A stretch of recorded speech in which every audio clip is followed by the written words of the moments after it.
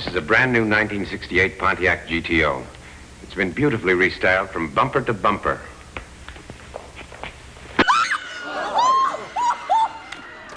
Lord, I'm having a heart attack.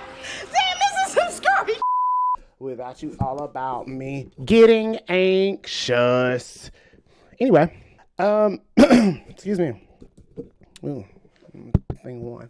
So, apparently, Pontiac was registered as a trademark by General Motors a few days ago. And it got me to thinking about how nostalgia is oftentimes used as a marketing tool. And I'm going to be honest, even though the people are really excited about this, let's not look back into the past. What's up, guys? My name is Chris, and welcome to The Breakdown, where we talk about everything cars, news, and reviews. If you're new to the channel, welcome. And as always, if you're not, welcome back. So, I have been looking at a few things regarding Pontiac and GM because, of course, we all love Pontiac.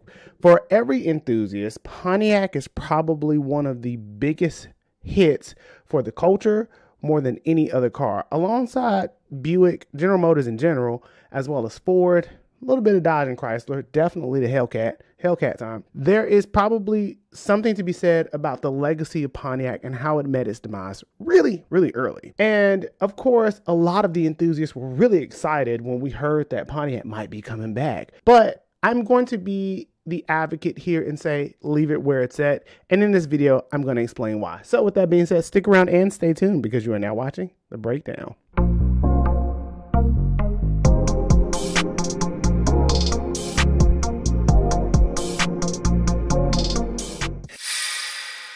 All right, so first things first, nostalgia is something that a lot of us, especially as millennials and Gen Zers, more so millennials than Gen Zers, I would say that we kind of rely on nostalgia, even Gen Xers, because it brings us back to a happy place. And the same could be said about Pontiac. Now, Pontiac has been long a part of GM's legacy since 1925 and has really brought out some of the hits, whether it was the Firebird, was the GTO. There's just some really good things that come out of the Pontiac lineup. Now, in my experience, I grew up around 2004 where, you know, car culture was everywhere. Everybody was really into cars, especially after the introduction of the Fast and Furious, which I've really done a video. I've never released it, but I've actually done a video about that, and I may do it one day. But the thing is that Pontiac, especially during the early 2000s, was kind of in a very strange place. Between 2000 and 2006, Pontiac went from bland to bow.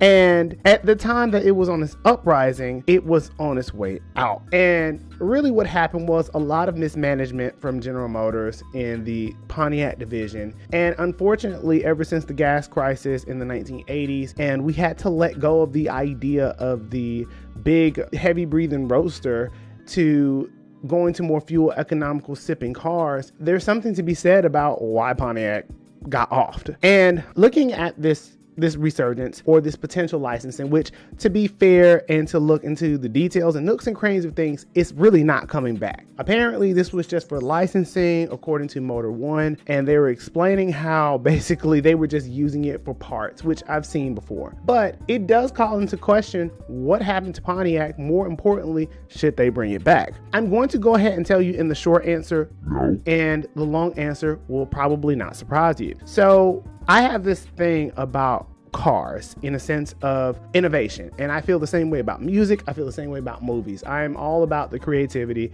I'm all about the expression, and I'm all about the engineering marvels. In its earlier heyday, especially after World War II, General Motors was a true innovator. And I mean that in a sense of they brought so many different things, so many different platforms. Cadillac was a world car and not a relic of what it used to be. And even Lincoln was the staple for top tier luxury. And American car brands really had a place in the car world, especially during the hot rod era up until the 1970s. Now, Pontiac in particular, especially with the Firebird, especially with the Trans Am, there was a lot lot of things that really made Pontiac special. The Grand Prix is one of those cars that just reminds me of a shell of what Pontiac used to be. They got so creative to the point that even the Aztec was seen as ugh. Now, towards the end of 2008, 2009, Pontiac was restructured and basically axed off in the bankruptcy agreement so that General Motors could continue operations.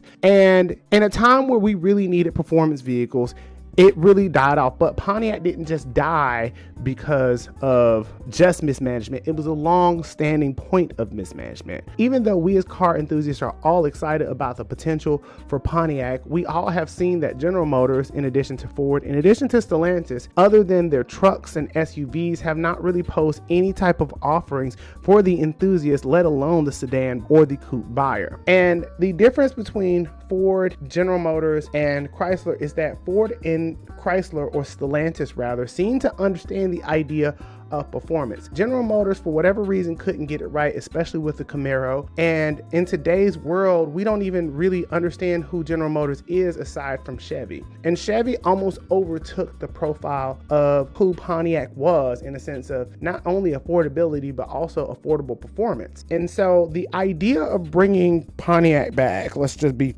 effing for real here, is really just for the sake of saying we brought it back, not really inspired to bring it back, if that makes any type of sense. And while we're all excited in the idea of bringing these exciting cars back, people did not buy the Dodge Daytona Charger EV, even though it is a performance marvel. Bear with me here. Hold on. I'm gonna wrap this all together. My point is that there are some things that work for nostalgia and some things that don't. And I think bringing back Pontiac just for the sake of having the hype around it, as opposed to genuinely bringing back an affordable brand for more consumers to be able to purchase, especially when there are other manufacturers out there that give similar offerings, such as Kia and Hyundai and Nissan even, they still offer many affordable offerings. And in the American car world, we don't have that anymore because the Japanese and Korean, and even in some cases the Germans, have pretty much overtaken the idea of the affordable car, arguably for the Germans. But my point is that the entire profile of Pontiac, especially during the 60s and 70s, was that you didn't have to spend an arm and a leg to get super high-end performance. And so I will say that while it is exciting, don't bring it back. Make the current offerings you have better and more affordable, and then let's think about bringing Pontiac back if it makes financial sense. Part of the reason why Pontiac even dissolved in the first place was because it was mismanaged as a part of the General Motors portfolio. And that goes to no way of saying that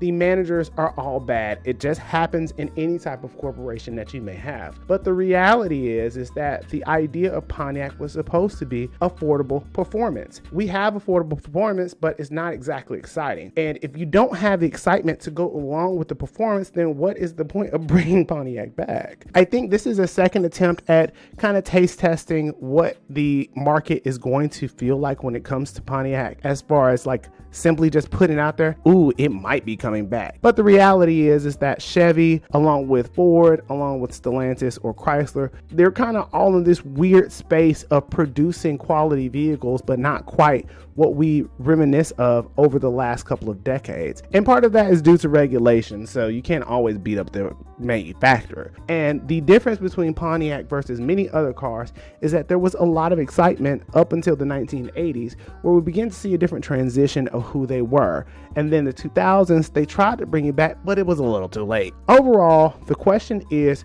should Pontiac even attempt to come back for the sake of nostalgia? Answer no.